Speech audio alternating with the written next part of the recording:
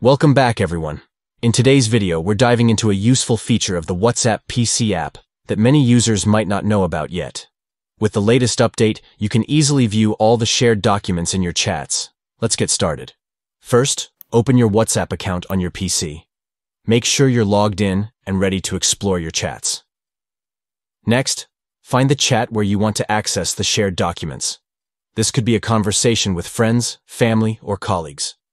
Once you've located it, click on the chat to open the conversation. Now, to access the shared files, click on the chat's name at the top of the window. This will open the Contact Info panel, where you can manage chat settings and view various options.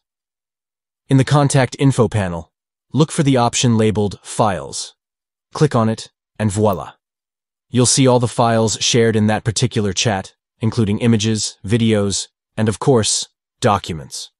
To specifically find the documents, select Docs within the Files section.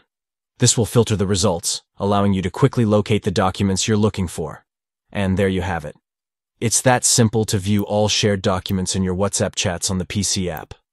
This feature makes it easier than ever to keep track of important files and stay organized.